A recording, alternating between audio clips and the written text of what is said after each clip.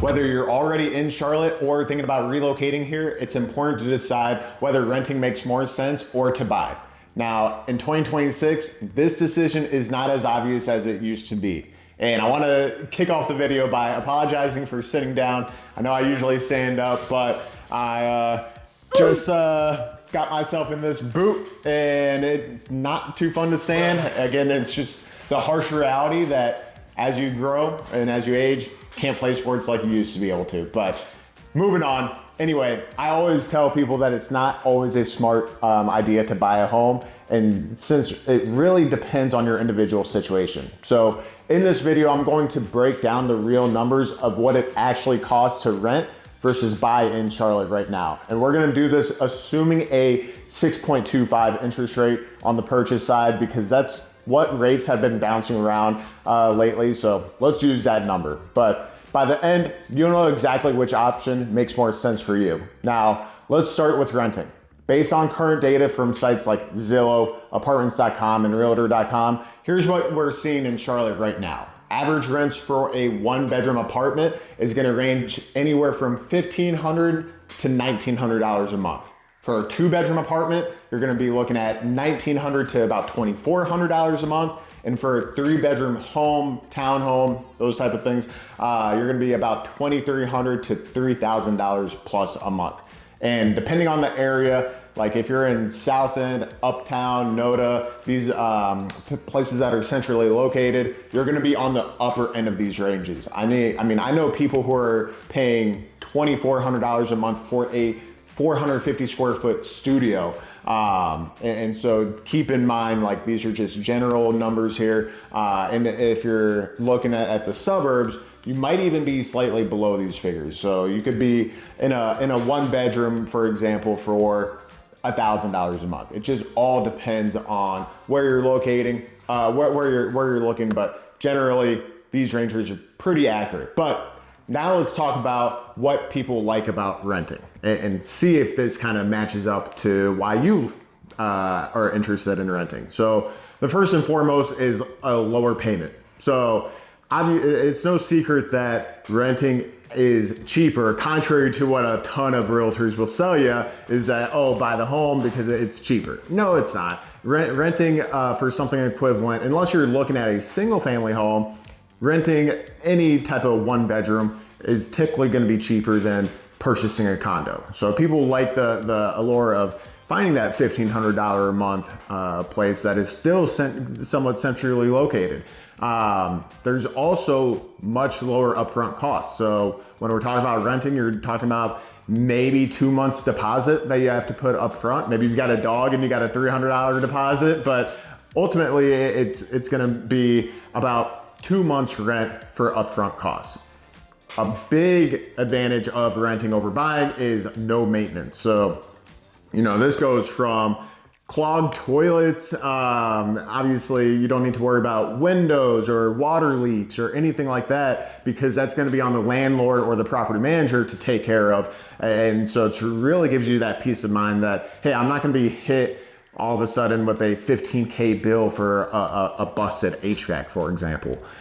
So again, and lastly, the amenities. So not only could you find a place that is affordable, but also centrally located, a lot of these luxury apartments specifically have really nice gyms, really nice pools to hang out at, outdoor grills, outdoor amenities. Some even have like saunas, or they host events and things like that. So if you're looking to be like in the middle of everything and have everything at your fingertips, you might want to rent an apartment.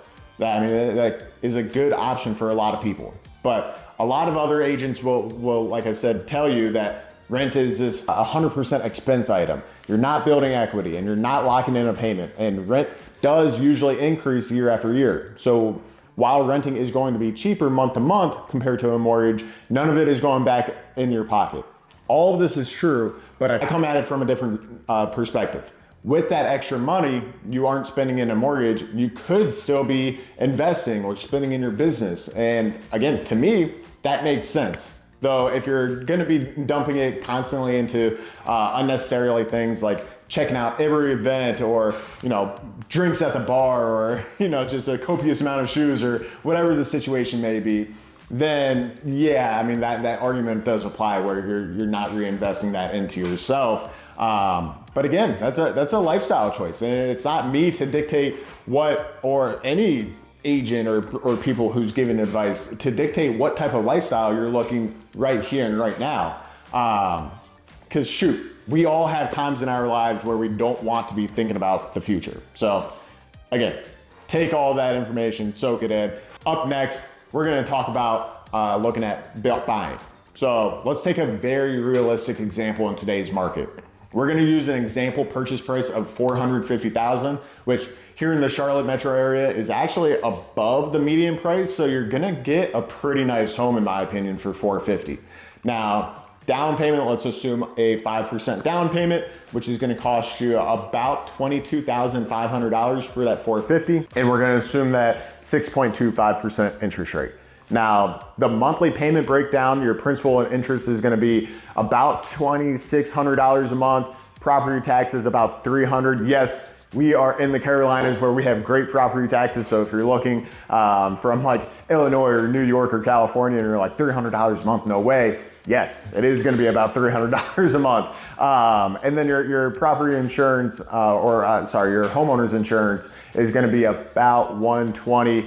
Again, for an older home, it's going to be more. For a newer home, it's going to be less. We're just going to use these assumptions. Your PMI, again, largely depends on credit. Because we're putting less than 20% down, it's going to be about $150 a month. So add that all up, we're looking at $3,150 a month. Now, compare that to rent. If we're comparing that to a 3-bedroom rental, typically 3-bedroom rentals are going from about $2,400 to $2,800 a month. Or if you get like a nicer townhome unit, you're going to be about $2,700 to about $3,500, depending where you're at. So yes, buying is often slightly higher than renting for a monthly payment standpoint. But a portion is actually going towards principal, meaning it's buying down your loan over time and you're putting that money back in your pocket. You also get to benefit from the appreciation factor. So Charlotte has seen a steady appreciation over time, and even modest appreciation, you're looking at about 3 to 5% annually, which equates to, on a $450,000 home, $13,000 to $22,000 in value growth each year. So when you combine principal pay down and appreciation, buying is definitely the long-term play from an investment standpoint. But let's simplify this into the two categories. You've got renting, lower monthly payment usually, no upfront commitment, no equity, payment can increase year over year, and you got no maintenance. Now compared to buying, you've got a slightly higher monthly payment, you are building equity. What a huge benefit is you've got the fixed payment. So typically, unless you're doing like a adjustable rate mortgage, but typically it's a 30-year fix, so you're not going to have increases over time. And you have that long-term wealth potential. So the real question becomes, how long are you planning to stay in that? If you're only planning to stay in the home for a couple of years, renting will often make much more sense. Closing costs on a home are going to be about 2.5%, and when you sell that same home, you're going to be roughly at about 6%-ish for closing costs. So really the break-even point, even assuming that 3 to 5% appreciation year over year, is going to be that 2-year mark. So if you plan on staying in the home 3 to 5 years, buying often wins from an investment standpoint. But if you are uncertain, or you're going to be in that, or you're like, hey, I'm going to spend 2 years here and then buy another home and sell that one in 2 years, probably don't do it. Probably rent and just wait it out for that 2 years, because the numbers don't make sense. But buying often wins because you build equity, you benefit from appreciation, and you avoid the rent increases. But again, this largely has to do with the lifestyle you're looking for. If you don't want to feel locked into anything for a few years and want to live it up, then renting is probably the way to go. And I would say if you're starting out your professional career, or you just maybe started your first job a year or so ago, then start off renting, as you really never know where life is going to take you, especially early on. Now, here's what I see people get wrong all the time. Mistake number one is only comparing monthly payment Rather, you need to be comparing net cost over time, because again, that rent you're paying now is only going to increase over time. Mistake number 2, waiting for perfect rates. You're never gonna be able to time the market perfectly. And I say this time and time again, that you're being way too optimistic, thinking that you're gonna buy when rates are low, prices are low, and you yourself are doing well financially.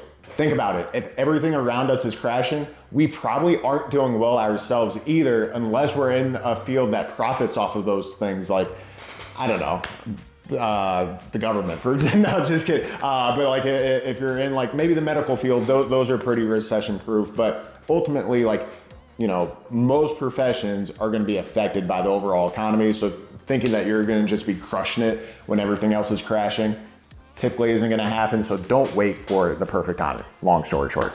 Mistake number 3 though is thinking you need 20% down.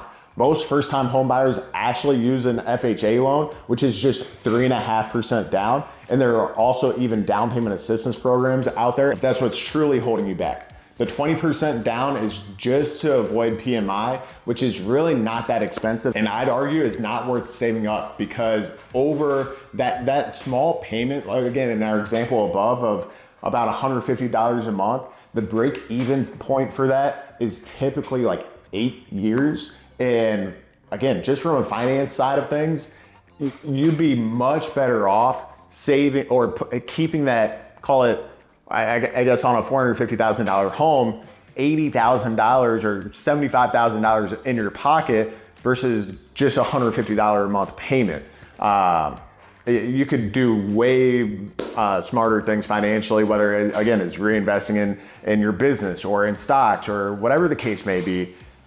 Just don't put off buying that house just for the PMI, because prices are going to go up in the 5 years it might take for you to save up that $75,000. Anyway, mistake number 4 is not understanding your options. This is where working with the right agent and lender truly matters, because what we do for clients is break down these things specifically for you, not generic numbers. We align your income, your goals, your timeline, and then map it out. Because again, everything is very subjective and depends on your current circumstance and your situation. So if you're trying to decide whether to rent or buy in Charlotte right now, don't guess. Reach out to me directly and we'll walk you through your situation step by step. We'll show you what your payment would actually look like, what areas fit your budget, and whether buying makes sense for you right now, or if renting is the better move. So if this video gave you clarity, make sure to subscribe, because I'm breaking down everything you need to know about living and buying in Charlotte. And I'll see you next time.